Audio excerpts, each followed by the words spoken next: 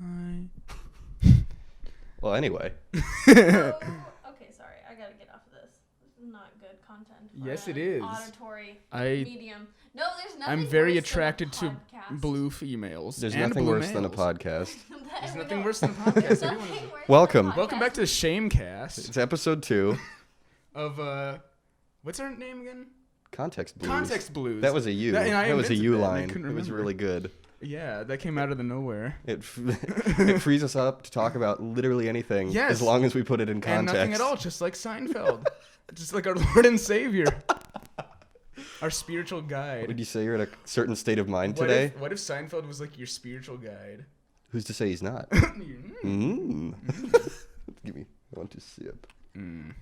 You might be too far. Oh, so Is there such a thing as decaf espresso? No. I don't know. Well, there's decaf I coffee. really need Michael to try this. There's sugarless marshmallows, so there must be decaf espresso. you gotta aim it. What is I'm one of those people. I always say espresso. It's just like Yeah. Oh, you're one of those people I hate. Just kidding. I irrationally freak out about that, but then I can't help it. It just I remember that I I'm just- being an I just ass. love the letter X. I get to. All right, I knew this would be trouble. Well, I want to share. It's called equitability. All I'm saying is when you're talking, talk into the end of it. Perfect. Okay. No, that was good. We got to encourage him. Positive reinforcement. So if I Fantastic. was a wrestler, Oh, I'd yeah. be the deal breaker. You already are. Yeah.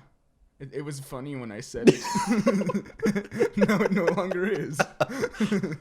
So what else is new? I think we gotta start on a topic. I feel like Okay. you guys are scrambling. Pick a topic. This is how we always start. We just. Okay. You can arrive at a We scramble. just topic. go. Yeah, we let the Right. topic choose us. Did you have any cool dreams this week? Huh? Have any cool dreams this week? No, unfortunately not. What was the other I one? already talked about Doug Walker, didn't I? Not recorded. I didn't talk about it on the Wizard game? Hmm. Oh well. I had a dream where Brady was mad at me, so that was good. And then I woke up the next morning feeling really I had the same dream. You had a very different dream, which we will not discuss Oh, here. I can't talk about it? What's a little sexual tension among friends? It won't bother you? It will, Oh, okay. but that shouldn't stop you. Are you sure? It hasn't stopped you in the past. Did I tell you about that? You had a sex dream about It Brady? wasn't sex. Oh, sorry. I had a dream where I went to my friend's house and there was a party and Brady was there. And then I kissed Brady and we fell to the floor and made out. This was a Yeah, I've dream. done that. I want to be very clear. In real life? Yeah. Wow. What's it like? Please stop this. Please. Very lovely. Aw. What's it like to be one of two people who have seen Brady fully nude? Who is the other? It's not you. My mirror. That mirror. Oh. Anyway, please talk about anything else. Okay. Today I bought some LSD, and I put Mike, it our full names are attached to when this. well, you won't get in trouble, only me. This is just a bit. Okay, but listen. You're right. Listen. We're storytellers. When I was driving away, I put it in my underwear because I was Smart. like, if the cops pull me over, Then they'll they're have to- probably not gonna molest me just to find the drugs. Because that is would a be gay. strong assumption. And I was thinking, the LSD is stored in the balls. I peaked this. Hold on. Might be a noob question, but what does LSD do? Psychedelics. So like hallucinations? It makes you hallucinate. It depends on how much you take too. If you take a little tiny bit, then it'll just feel like really good weed, and it'll just make you really like energetic. But if you take enough, I it'll thought be weed like was a downer. weed can be an upper or a downer. Have you never weeded? I have never weeded. There's different. Never There's wed? different like strains. He of never weed. married. And like some Tell of me it about that. makes you relaxed, and then some of it just makes you really happy. And I don't know what the names of the different types and what they do. I just know that it doesn't always have the same effect. Sometimes it can give people like anxiety attacks. That has never happened to me. I've gotten about that. paranoid a little bit. Yeah.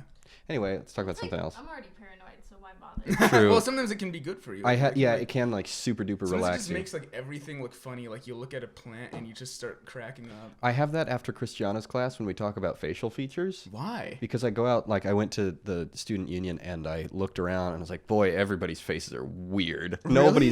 Because nobody's the ideal That is model. what weed does. And so I could see all the Yeah. differences in people. Weed makes you do that. Weed makes you an artist. That makes me feel much less comfortable with the fact that you used my face as a drawing reference.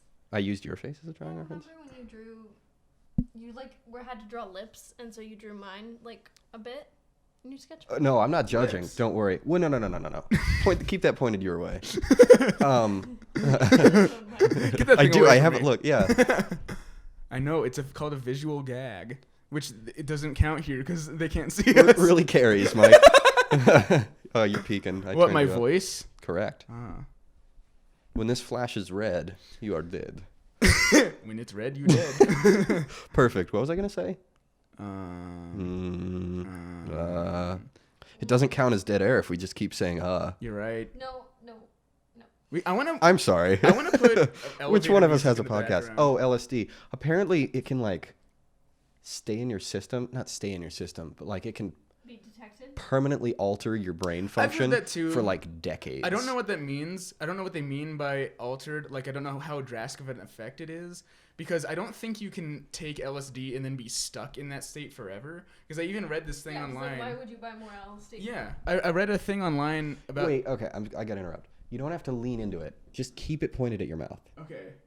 please. Okay, we're keeping this in. Do it for so me. Who knows how much you're a snooty snoot. Yes, I paid a lot of money for these. Use them right. Fine. He's worried about his warranty. What if I hold it and then we both talk? Oh, into good. You it? probably have better motor functions than me. Is my technique better? Shit. No, it wasn't. Shit. Also, you're gonna be super quiet now. Well, it's just to be, I mean, I Well, might be here, able to what make if we go like this? This is how they look We when should they get a mic duet. stand. They both like. I should get a mic stand. Anyway, if you guys do that, What? I'll crank your gain all the way up. But you can't. Y'all cranking. Yes. Krankenstein. Krankenstein was the doctor.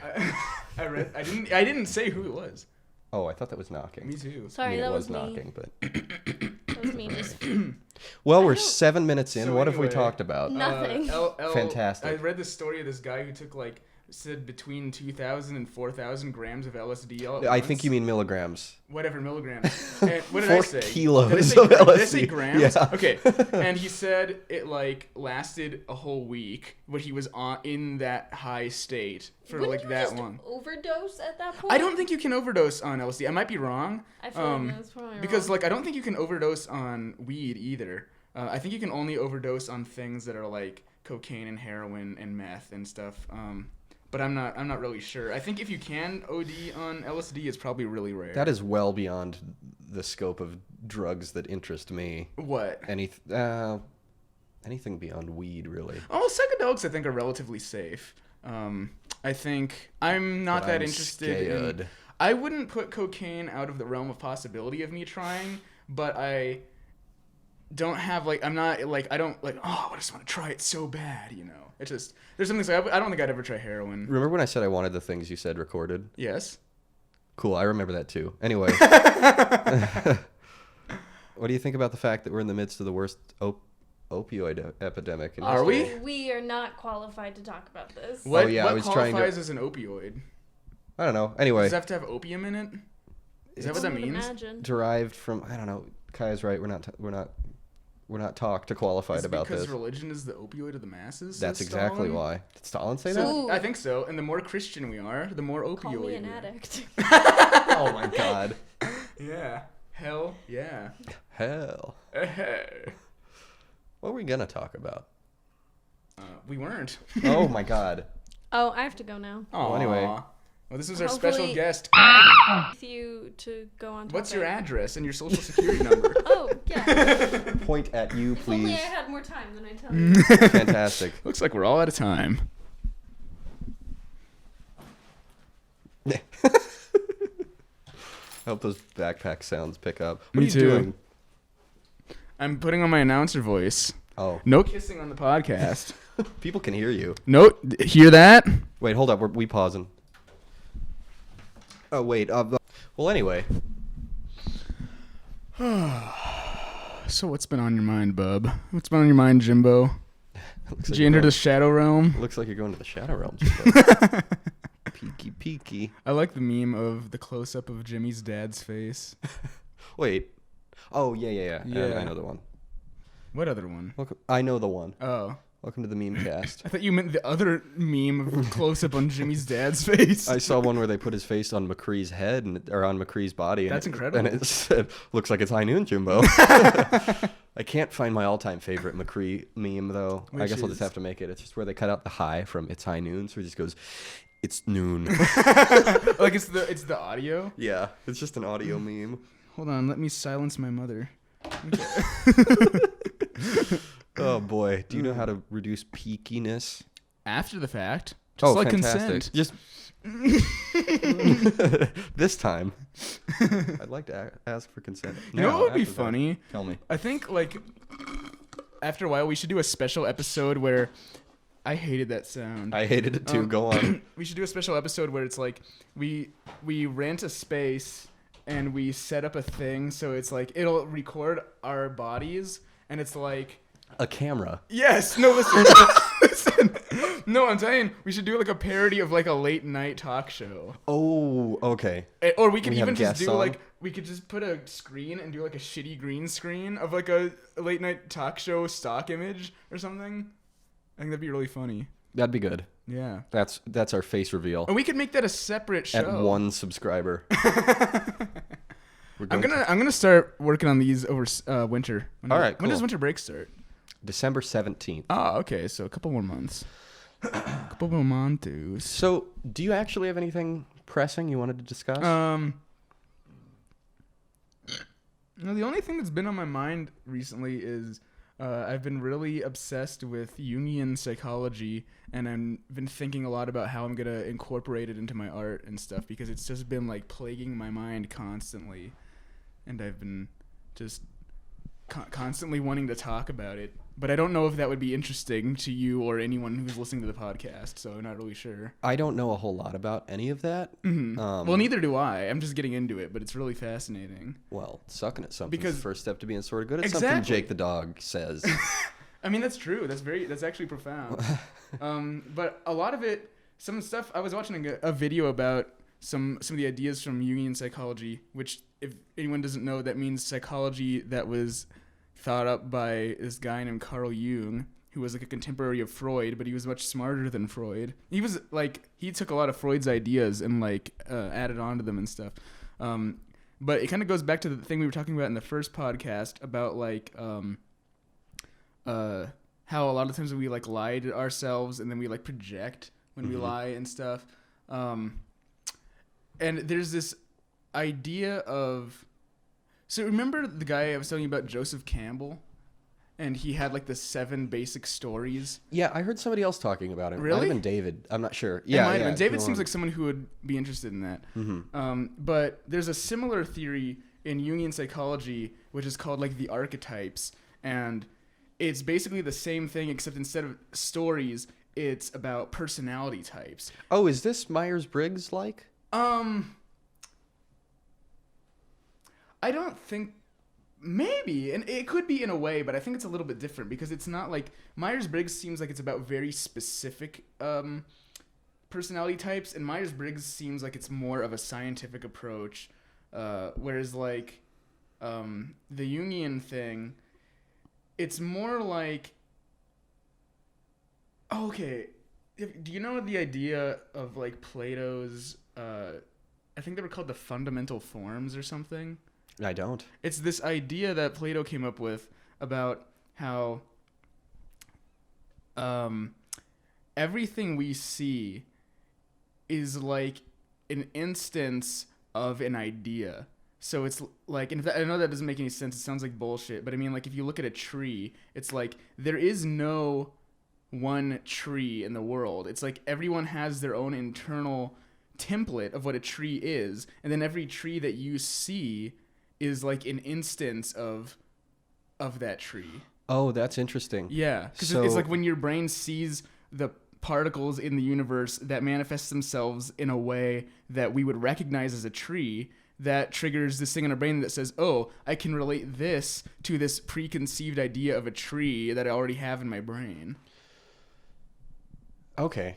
And then it's Cool. like, so it's kind of follow. like, it's like the idea of taking these things that are literal and specific and saying there's an abstract template for them that underlies everything, but that abstract template doesn't exist in the physical world. And so the same thing with archetypes, even though it's not exactly the same as like the Joseph Campbell thing where there's only 7, because apparently there's like hundreds and hundreds of like Jungian archetypes, although I think a lot of them build off of each other. I think there's like 12 basic ones, and I don't remember what they all are, but there's one that's like the fool or the hero, or one is like the great mother, and one is like the artist or the outlaw, and there are all these like basic ideas that like these very abstract personality types, and then when you find examples of those in real life, it's like this is an instance of that archetype existing in real life, like existing beyond just like this abstract idea that's in your head. But one thing that's interesting is if you study these archetypes, there's this concept of integration, which means you can look at these archetypes and you can try to find a way to integrate them into yourself. And that doesn't mean that like looking at it and then just doing everything you can to, like, if I wanted to be an outlaw, just like doing everything I can to be the outlaw archetype and then essentially becoming a parody of it. Instead, it's more like take it in and process it and allow it to tell you what it is that you can relate to in that archetype, and then you can start to like implement it in your own life. You know, I don't know if that makes any sense or not. I totally think it does. And I think that's one of the things that, like, even if you don't know anything about Jungian psychology, that's one of the functions of like art and literature and things, is like you read a book and you find a character you connect with, or a character that's something that you want to be, or a character, like if it's a character that's something that you want to be, then it's probably an archetype, and you can look at it, and when you're reading it, I think even if you're not aware of it, your brain is saying, I relate to this character, and you relating to that character is you integrating that into your personality. Oh, is this so is this like when we talk about chewing on an artist? Kind of, yeah, it is. Okay, yeah. So this is chewing on an archetype. Chewing on an archetype, chewing on a character, or it's like Oh, can I explain that? Yeah. So that's another David quote. Which I think is really important and interesting. We talked about him on the first episode too, a professor that we have who we both really enjoy and find him very influential for our own artistic growth in a very, very good way. Yeah. But I was struggling with a piece that I made. Was it between the 2 episodes? I hadn't finished it for the last one. The tree. Oh, the tree. I think so. Yeah. I think you weren't done. Yeah. So I was struggling to come up with this sort of narrative-based thing, and finally I ended up at something that just sort of flowed out of my head and my hand, and it was really great, and it's one of my favorite things that I've ever drawn. But the first thing I noticed about it was it looked like David's work, like shockingly. Oh. Like, and I don't mean to say like I'm as good as the professor. No. Yeah, I mean like the like stylistic similarities were noticeable. Yeah. And that was not very distressing to me. Mm-hmm. It was notable, but that's I've known this about myself, and David has talked about it in our art generally, like in critiques in front of the class and in other artists, how we talked about the difference between voice and style in the past, and how you can look at other people. Oh, that was a horrible mouth sound. I'm sorry. I can edit it out. Okay, cool. Or I can amplify it. Please don't. How you can look at another artist's style and sort of, he calls it chew on their style, which means actively engage with it and don't shy away from doing it exactly like they, not intentionally, but let yourself go. And if it looks exactly like theirs, that's fine. Yeah, it's part of the that's process. Such an important idea. You're biting into it, you're chewing on it, and then you, whatever, spit it out, swallow it, whatever. I don't know. So like, I think I'm doing that with David's style right now. I think that's great. I've had him 2 semesters in a row for 3 classes. So like right now I have him 6 hours consecutively. Yeah. It's hard not to pick up on the things he says. Yeah. He's my professor. I should pick up on the things very he says. pervasive. He like turns your brain into a sieve.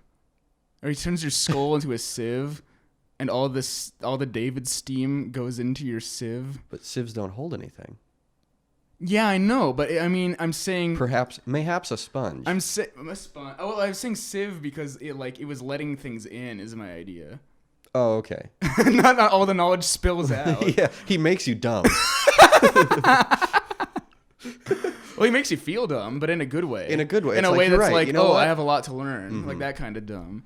Oh, what was I going to say? Oh, chewing on an artist, chewing on a style or an archetype. Yeah. So that's what I think I'm doing right now. Yeah. And I want to keep talking about what you're talking about now. I think about it in my own work, my own self, as like an amoeba, like absorb them and move on. That's really interesting. Actually, you know what I heard once that was super awesome, and it's a What? little cheesy, but I love a little cheese. Me too. Cheese is the spice of life. It is. Fuck variety.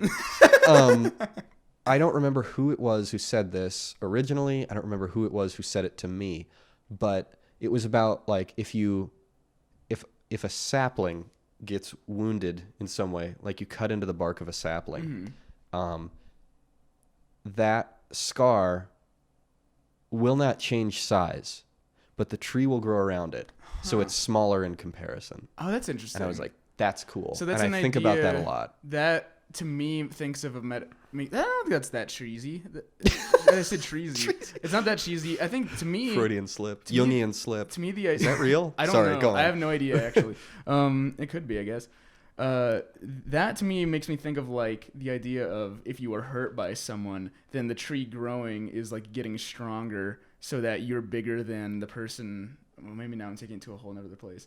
No, Like, I think you're right. I think this was to do with relationship like advice. Healing doesn't have to do as much of making the scar smaller as it has to do with making yourself bigger than the scar. That is fantastic. Yeah, Yeah. that's exactly what I think That's it's really about. interesting. And it's about like, well, that's a memory now, and it's not something that you maybe want to cover over. You don't Yeah. want it to go away. Yeah, Because eventually yeah. it won't hurt anymore. It'll Yeah. be there as a reminder, and you can move on. That goes back to Jungian psychology also. A scar as a reminder? Yeah, kinda. But like, there's this idea of because they talk a lot about like trauma with because Jungian psychology is a psychoanalytic. I want to smack things when I'm excited. Well, then smack your own ass. All right. Did that Hope get on there? picked up. Probably. Hell yeah. That was not my ass. The people don't know that. You're right. We could be naked for all you know. And yet we aren't. Go on. Jungian scars. Oh, Michael. Sorry. You shouldn't have. Jungian scars. That's not Scars the title. upon thars. You know, like Dr. Seuss. The stars upon thars. What? The the star-bellied sneetch. Some had stars and some did not have stars upon thars. Oh, yeah. Okay. Yeah. Okay. Anyway, there's this idea of going back to the idea of integration. Like when you have a traumatic experience, what happens to your body and your brain is that like you shut down and you push things down because it's too much for your body to handle all at once. And integration is the idea of slowly coming to terms with your trauma by, in a weird way, kind of intentionally triggering yourself. Because when you have a traumatic experience and then something triggers you, it's actually not a bad thing because that pain that you experience is how you know that your body is trying to heal. And that goes to anything from like crying or getting mad or just feeling upset, which is why I think there's a really unhealthy culture in our country specifically, as well as a lot of other countries, but in our country specifically, of shaming people for saying how they really feel. And I think that that's really unhealthy because then we got all these people who are either traumatized or they're really upset about something and they can't do anything about it. And that's just going to create a lot of, I think that a lot of violence in our country can be blamed for that. You know, maybe not all of it. I know it's always more complicated than any one person thinks, but I think that's a big part of it. That's interesting. I've heard you talk about that before, but I like the connection that you just made, or how you described it this time. It seemed to make more sense to me. That's what well, thank you. I'm Yeah. trying to... I didn't mean you were being unclear the other times, no, but no. I have a deeper understanding of what you're saying now. Yeah. I think there's probably something to that. Well, I think I have a deeper understanding of it also. I mean, I think about it all the time, and I keep trying to like learn because I feel like I'm onto something. But anyway, I was gonna say before about the style thing. I want to go back to that. Yeah. And can I retroactively say something?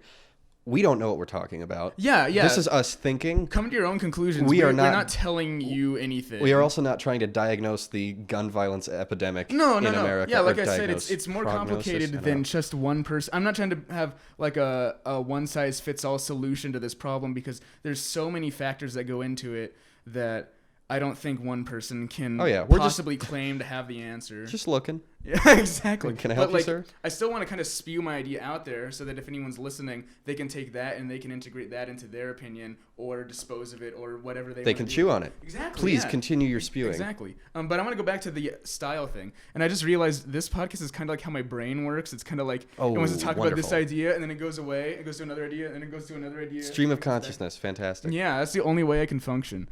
But I want to go back to the chewing thing because I think a lot of artists still feel like they have to try really hard to be original with their style. I would love to. I have things to say. Go on. Okay. Yeah. This is a great topic. And I think that's really unhealthy. And I felt that I think that is the surefire way to stunt your own creativity. Because a couple of years ago, I was in a rut where for a long time, and I still feel it, I've been very influenced by an artist named Jonan Vasquez. Have you heard of him? I know the name. He's the guy who made Invader Zim. Okay, that's why I know the name. And You've probably said it. Also made several graphic novels, which are some of my favorite graphic novels ever.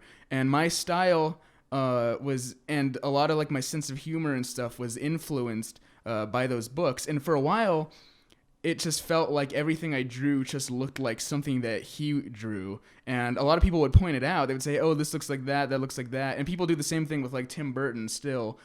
I'll draw something and people will say, oh, that looks like Tim Burton because he's another artist that I really look up to.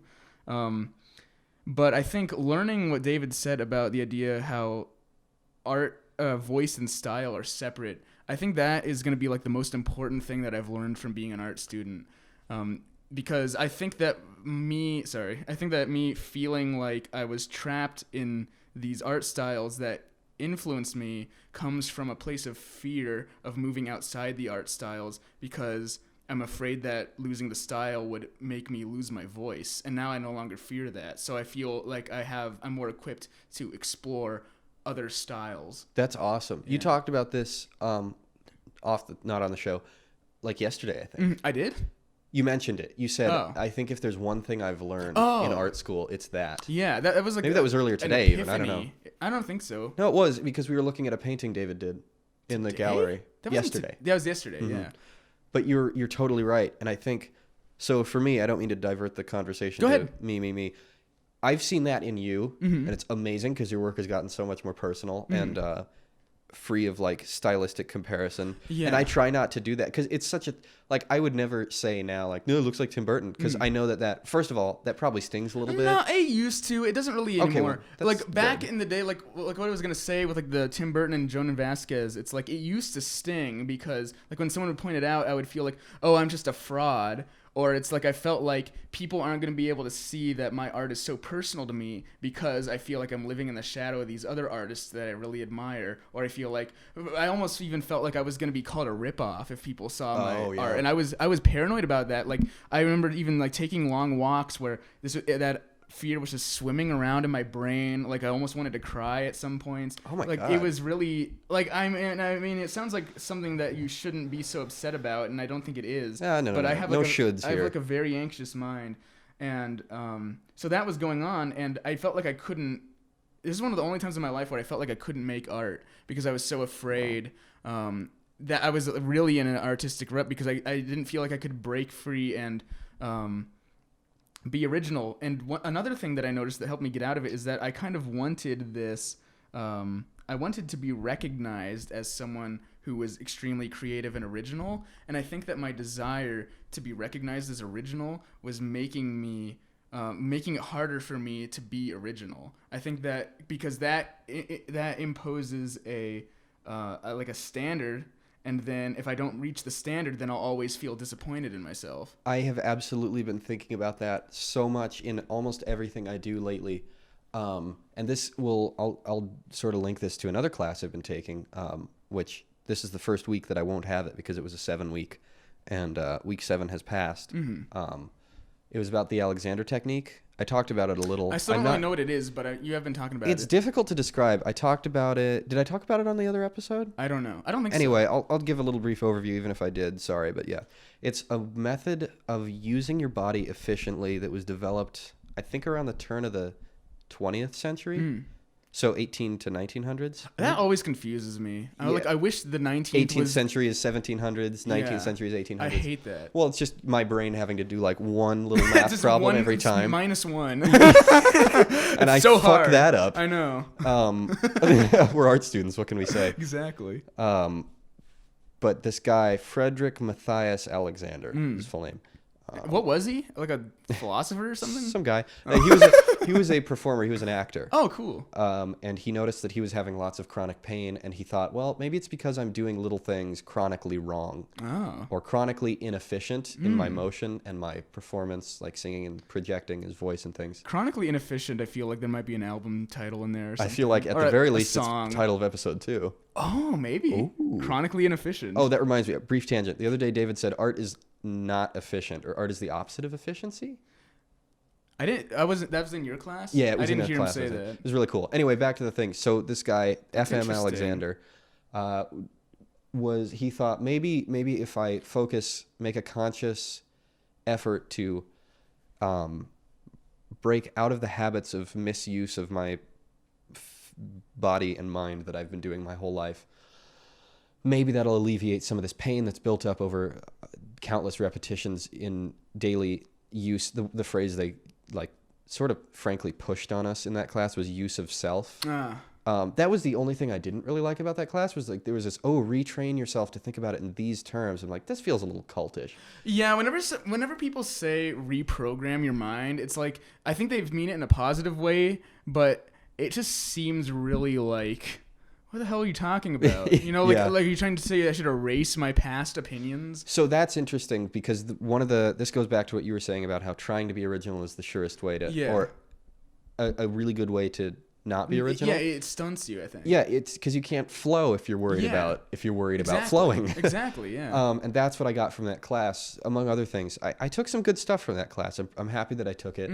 The fact that it was 10 to 12 Saturday mornings was a little inconvenient, but oh well, it's over. Yeah. Life goes on, and I liked being up on Saturdays because Me I feel too. bad if I wake up like after 10. I fucking hate a.m. that. I hate waking up at. I hate anytime after noon. Makes me feel. I was like, oh, I guess my day is ruined. Well, half of it's gone. Yeah, It's exactly. awful. So the thing that I was saying about Alexander technique was the way that you were intended, that this program is the wrong word, method, technique. Shit. It's Looky right there. there in black and white. The way that they wanted you to think was, that sounds very propagandistic. The way that it was suggested that you think was, I'm not unlearning. I'm not doing the opposite. I'm just not doing the thing. That's how I feel about my art. Yes. So you're not doing the opposite of it, because Yeah. that's bad too. Yeah. You're doing it because you're only doing it reactively. Yeah. What they're trying to, they give the example of toddlers. They're like, look at toddlers or animals move. They don't care about the way that they should be moving. I'm air quotes here. Should be moving. I'll edit those in. Thank you. And they move in the most easeful, that was another word that I actually kind of like. The most Never heard of that easeful before. way that they can. Just like the path of least resistance, Yeah. really. But also path of least damage to your body. So Which is, I guess, the same thing. without making this a mistelling of the Alexander Technique podcast, episode 1, I took from that to mean like, and I've been implementing this. I think I'm pretty proud of it too. Like if I am stressing about something, I no longer think, oh, I better do the opposite of stress. I better try to relax. 'Cause that's first of all impossible. Yeah. Second, it's not helpful. So I've been thinking like, oh, I'm stressing, let it pass. Sort of like, it's clear your mind, look at the task at hand, don't worry about it, go for it. Yeah. And that has been helping me a ton. In my drawing, if I feel that I'm getting stiff, I will just sort of pause and loosen up a little bit. And the pause is really useful too. And I hear this said about public speaking a lot. It's so much better to pause than to fill the silence with an or an or a like. I guess it makes you sound more intelligent, and also, the value of that is also debatable, but it's also less annoying, because I hate listening to someone and you hear them say, or they start a sentence with "well" all the time. Or Yeah, something. that might be a little external. I mean, I don't even know if I do it. Probably a lot of people like. I certainly don't pay attention. Yeah. I don't listen to you. Thank you. I don't listen to this show. No one does. Here I go. Yeah. What was I saying? Alexander technique. Yeah. But not too much. Wait, I don't think you ever described what it is though. Like it's a thing about your body and your mind. It's a method of reducing wear and tear on your body by learning to think and move more easily and efficiently. Oh. So the thing that I'm doing it right now, 90, 90, 90, and this has become a running joke with me and one of my roommates. Someone's at our door. So I'm going to pause briefly. Be right back. I gave it back to him. Oh, good. Anyway, we're back. It was my roommates at the door, so we didn't get broken and entered. Nope. What were we talking about before our racist tirade that we so conveniently edited the biologically out? No. The biologically inferior Aborigines. That is a topic for a never time. That should be the title of one of our things. Topic for a never time. No, the biologically inferior Aborigines. I refuse to let that happen. I'm the one who holds the keys. Why are you drunk all of a sudden? This is just me. Anyway. I don't think we've ever seen each other drunk. I saw you mildly high the other day. I mean, I don't mean to out you in front of the authorities. No authorities listen to this. This is an authority-free zone. You're right. and that's a rule. And that's a promise. Yeah. We enforce that. Mm-hmm. Wait, that makes us an authority. Exactly. Okay. Yeah. What were we talking about before? I don't remember. Is it important?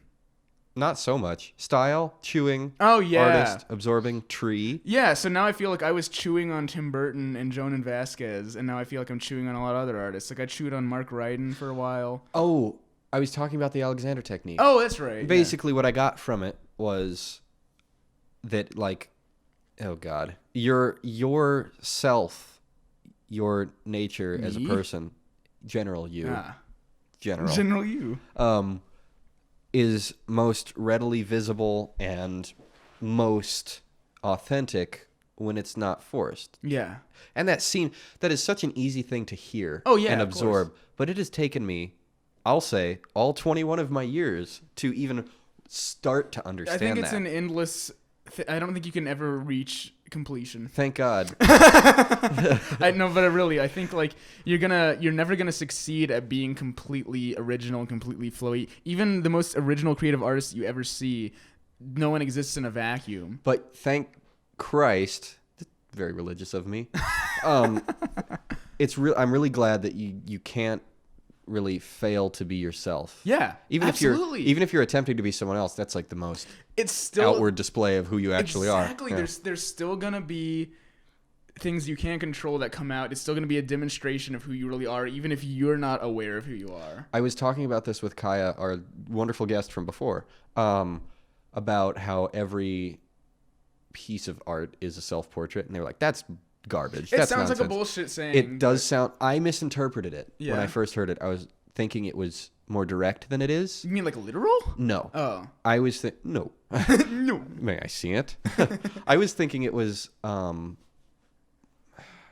direct than it actually is, and I think I get it a little better now. It's just, of course, the artist is going to show up in their work. Yeah. That's what it means. Yeah. To me. Yeah. Is you can't remove yourself from art, and why would you want to? What else did you think it was? I'm not sure. Like an intentional self-portrait?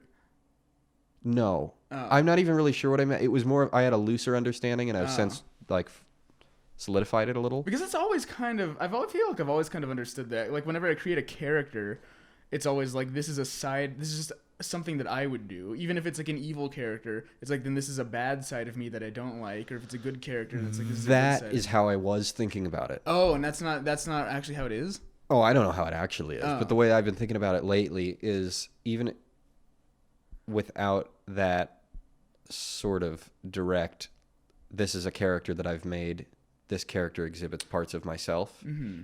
Characters aside, any work, by nature of it being art, which is a fundamentally human thing. Yeah. That's what I want to talk about. The human moments. I think I talked. Anyway, that could be a good title too. Human moments. True. Yeah. That's a good album title. It is. We're off track. It is.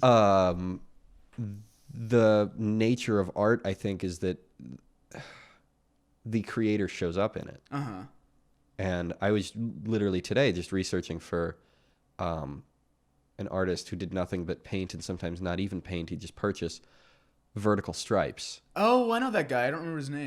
Daniel Buren. He was one Frenchman. of the like. Ooh, my sick French is awful. Color field or something. Is that what it was called? Maybe. I don't think he was part of that movement, but he was doing that in the 60s, and he was part of the institutional critique. Mm-hmm. So he used his work to sort of examine and overthrows too strong, usurp is too strong. Is this the guy who had the things Call flying attention. out the window? Yes. Okay, Call yeah, I attention like to that gallery guy. spaces. Yeah. The thing Mike just mentioned is, I don't remember the specifics of it, but he had these paintings of vertical stripes, which were really nothing more than awnings, I think he Yeah. bought. Maybe he was still painting at that time, whatever.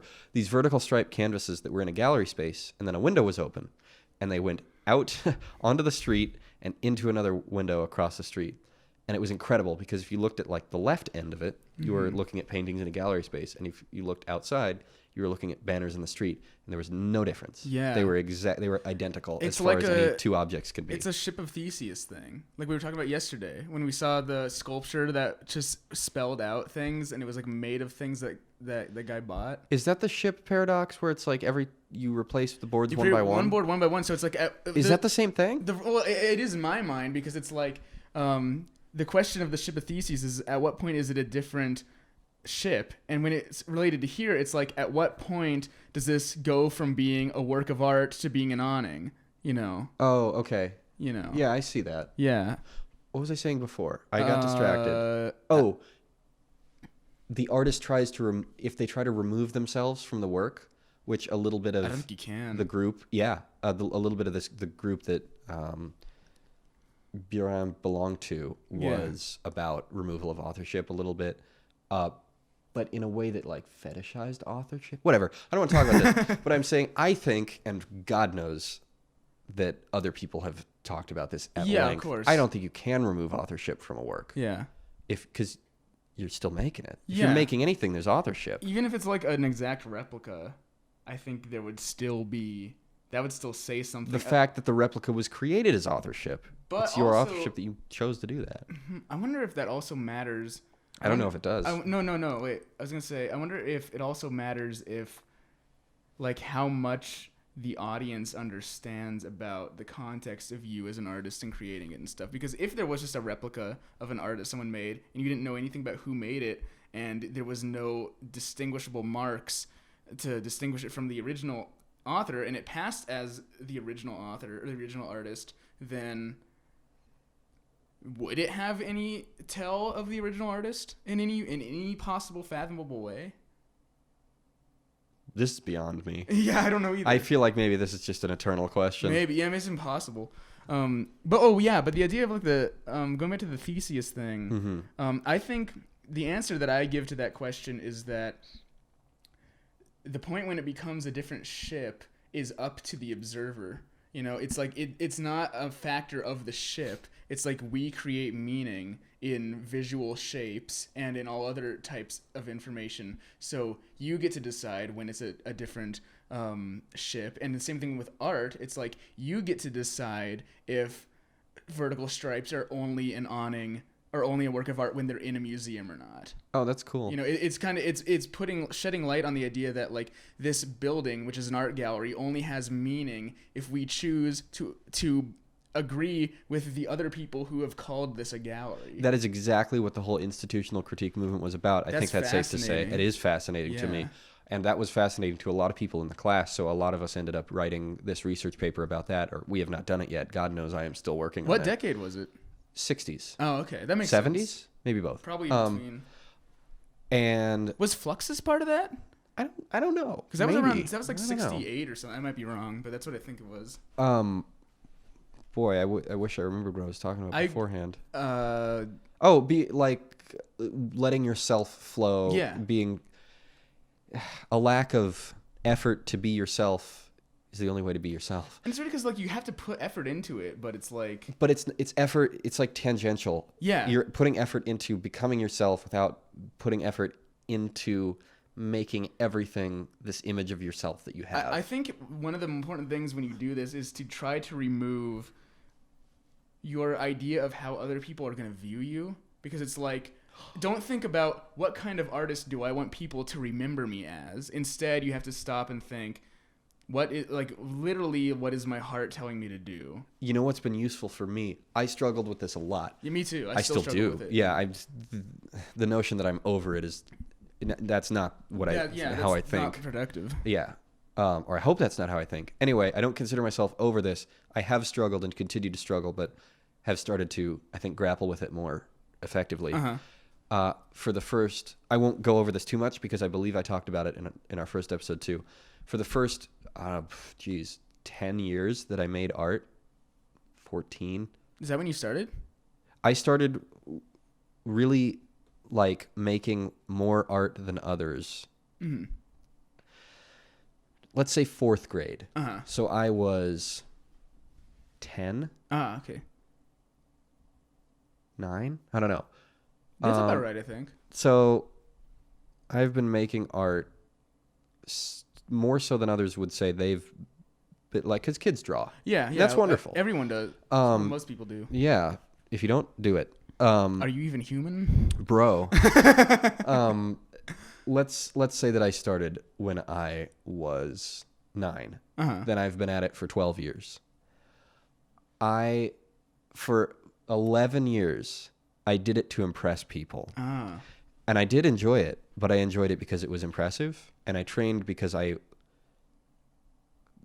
could get to a point, I was driven by impressing others. And it was this very outward thing, very motivated by external validation.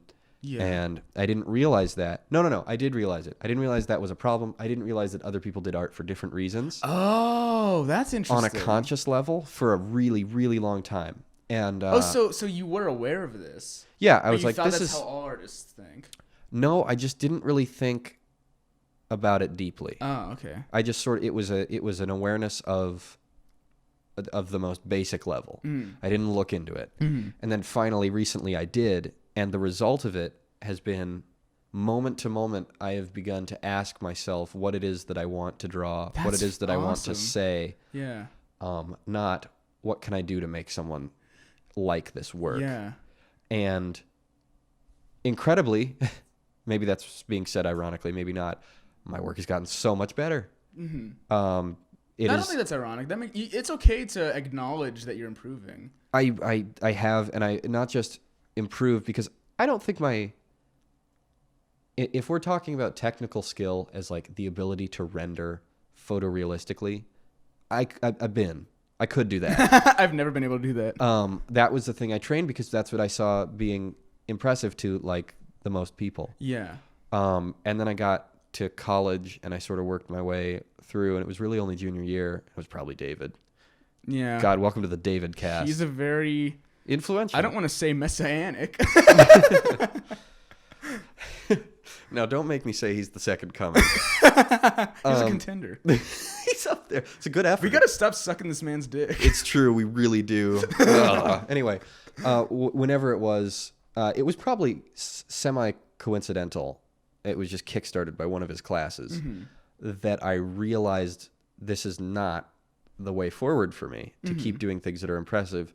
And I suddenly loved drawing for the act of drawing and for the sake of doing it because it was more expressive. Yeah. And suddenly I've talked about the thing that I talked about last episode for like 5 minutes, but whatever. I hope it's interesting a second time. Yeah, well, we're saying different things about it. That's true. And I don't really remember what I was going to say.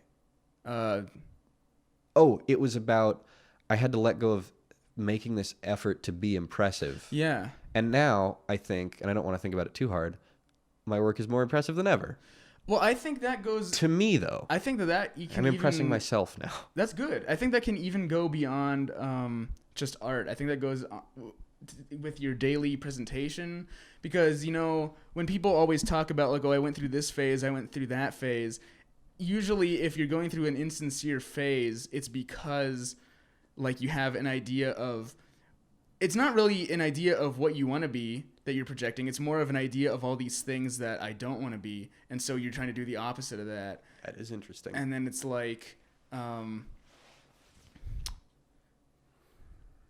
I lost my train of thought. That's all right.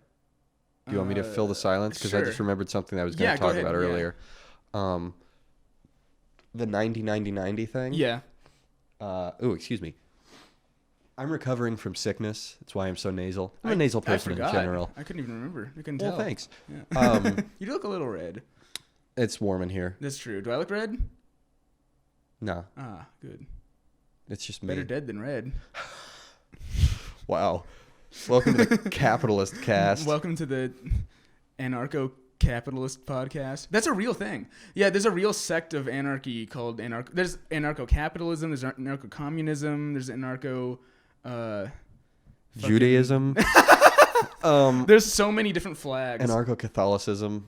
I wouldn't be surprised. Anyway. We'll talk about that later. 90-90-90. It's the idea that you sit with ankles, knees, and hips at 90 degrees each, and it's like very supported. It also makes you look like a robot, which is where the term Alexandroid comes from. That's real? Yeah. I've never heard it. An Alexandroid is someone I who don't know if I studies could the do that. Alexander technique I and don't- therefore looks like a I don't know robot. if I could do the Alexander technique. You can't. Everyone can. I It's mean, also I not. don't know if I'd like it, is what I'm saying. Oh, fair. Yeah, you don't have to. See, like that's. I have a weird back anyway. That's so forced. I'm not qualified. Our professor trained for like decades to do this. Whatever. So the joke became like anytime we were sitting, we'd go 90-90-90. Or like, that's not very 90-90-90 of you. And then Bridget would do this thing where she'd throw out her arms, both her arms, and then she'd bend her elbows 90, her shoulders 90, her elbows 90, and her wrists 90. So you're standing there like a praying mantis. That's and we'd incredible. Go 90-90-90. Well, we did that. It's like a secret handshake or something. 90-90-90. Yeah. Yeah, it was pretty good. Oh, but going back to what you were saying before about like being sincere and stuff, I feel like I've had similar experiences to you. However, I've always kind of felt like I did art for myself. It's just that I've always thought of art as a way of like expressing my personality and just showing my personality to people. But what has changed is that I always have gotten these like cloudy ideas of who I am, and it comes from like who I want to be or who I don't want to be, and me like insincerely dissociating myself with all of these things that I think that I wouldn't want to be associated with, despite that I might actually like these things or something. And so I feel like there have been times where I made art that felt really sincere to me, but it was a sincere expression of a disingenuous presentation that I was giving. Wow. Or something. Can I relate this to music? Yes, absolutely. So one of my favorite groups, Churches, that's with a V. Look Is them that- up if you don't know them. I've heard it. They're very, I heard them described as frosty electropop, and I love that description. Frosty's a great adjective Yeah, for they're music. just chill in all Yeah. the like sexiest ways. Yeah. Anyway, their lead singer. Wait, can I make 9 Inch Nails tastes like pennies? Like that band sounds the way pennies taste, in a good way, because I like them. But Metallic and grating and industrial. yes, Yeah. but anyway, in a good way, because continue. yeah, here, lick this penny. Their lead singer, Lauren Mayberry. I saw them live in concert one time. Cool. It was fantastic. Lauren was sick. Aw. She had to cancel it because she said she couldn't Oh, shoot fuck. her voice to the back of the theater like a bullet. But Oh. it was like 3/4 of the way through, and then they're like, "You'll get tickets when we come back." I Oh. couldn't make it to that. Whatever. Oh, sorry, My, sorry. I didn't do that on purpose. you didn't though. have to say it. Yeah, okay, anyway, what's her name? Lawrence Berry?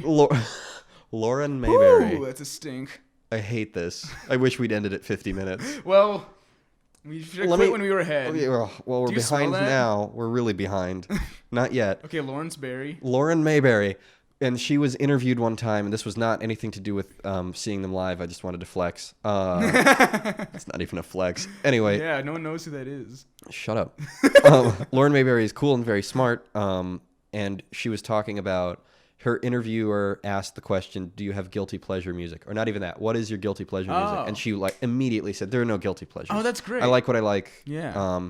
And that was the first time I'd heard that. And I know that's not a novel sentiment. Yeah. But it was the first that I'd heard of it. And that kickstarted me acknowledging and leaning into the fact that I really enjoy EDM. Yeah. Go ahead. Who fucking cares? I don't care. I love that. I think it's fun, and I- it's just like a pure adrenaline blast sometimes. I feel that way about a lot of things. Like my favorite band is Korn, And Korn gets a lot of flack and criticism, I think, from like the metal community and the music community in general, partly because they're part of the nu metal genre, which is like one of the cringiest genres ever. And I understand that. And I also think that they're an incredibly flawed band, and I can recognize that. Like, they have made a lot of terrible music, but their music and their lyrics and the voice and everything, it connects to me in a way that no other band has ever connected to me before. Like, I feel like one of the things I think I like about them is that I feel like they're a perfect reflection of how I perceive myself as this, in terms of like how much femininity I put forward and how much masculinity I put forward. I feel like it's a perfect mirror of my ratio or something. Huh, that's really cool. Yeah. I'm so glad you brought that up. Let's end by posting cringe. Awesome. Let's end by talking. Or I want to. About cringe I'd like culture? to say a few words about cringe. It's pretty cringe. It is. It's fucking awful. What? Cringe culture? Yeah. Yes. So my thoughts on it are that you're going to lose subscriber. No. My thoughts are that the only things that are truly strong air quotes here, cringe, because I don't even like that word. Yeah. The word itself is I'm cringe. sick of it now. If it is a genuine love for something, that is great. Yeah. And even if my initial reaction is like, ooh, that's weird. Yeah. That's on me. Yeah, exactly. That's not on you. I completely. That's why I support Insane Clown Posse, even though I hate their music. I hate their music and they dress like clowns. They're great. That's why I respect them. Yeah, because they look stupid and listen to terrible music, and I can relate. I think what actually, and we need a better word. What's actually, air quotes, cringe, is disingenuous effort. Yeah. An effort to be something that you're not. Posturing. That's the word. Well, I think posturing is like one form of that, because I think it can come in a lot of forms. Yes. And so that's all I really had to say. Like, Yeah. if you're being yourself and loving it, I look up to you. It is always so obvious. Now, there's all when sorts of someone's ways you can posturing, twist too. that and be like, look at this dumbass who said he supports when people murder because it's what they like to do. That is not what I mean. Of course, there are exceptions. Yeah. But I think loving something fully and outwardly and genuinely is awesome. Yeah. And not a thing to be laughed at. And the people laughing at it are the ones who haven't yet admitted to themselves that they love some things And I mean, and that I also might not wanna, be cool I also or want to popular. state that that's not the same thing as avoiding criticism, or if it's like if someone criticizes something you like. Like, I think that you should be there to face that criticism and think about why you like what you like. But I also think if you do genuinely love something and it's not fake, then you will find a way to understand why you like it in the face of that criticism, or it'll show you that you didn't really like them as much as you thought you did. I've had that before. I've either, when I run up against criticism, well, first of all, I'm very bad at taking it in the moment. Mm-hmm. I was too. I think I'm a lot immediately better take now. it personally. Yeah, no, me too. What yeah. I've learned is that, like, I have to cool off. Maybe it's 10 minutes, maybe it's a day. But then I'll think about it and I'll go, oh, they're right. That's not really good. Or I'll go, no. I'm right, and here's why. Yeah, I very said, binary thing to say. because it's but like whether you agree with them or not, it's still going to teach you something about yourself and why you believe what you believe. Good criticism, constructive criticism, isn't done to shame, of course, Yeah. or to make the critic feel superior or the person being criticized feel inferior. Mm-hmm. It's just to generate critical thinking and discussion about something. You got to think of your art objectively, which and that is really hard, probably impossible. But yeah. You shoot for perfection. Don't hold yourself to it. Mm-hmm. So that's a good critique, whether that's in art or anything. Gets you thinking about it, and sometimes it's painful to think about something deeply, especially if it's something that you personally produce. Well, that's the integration. Is that pain is a good feeling. It's you healing. Would you fucking look at that? We're right back where we started, right at about the 1 hour mark. Perfect. And someone's And knocking someone's on at the door, window. and we got to go by.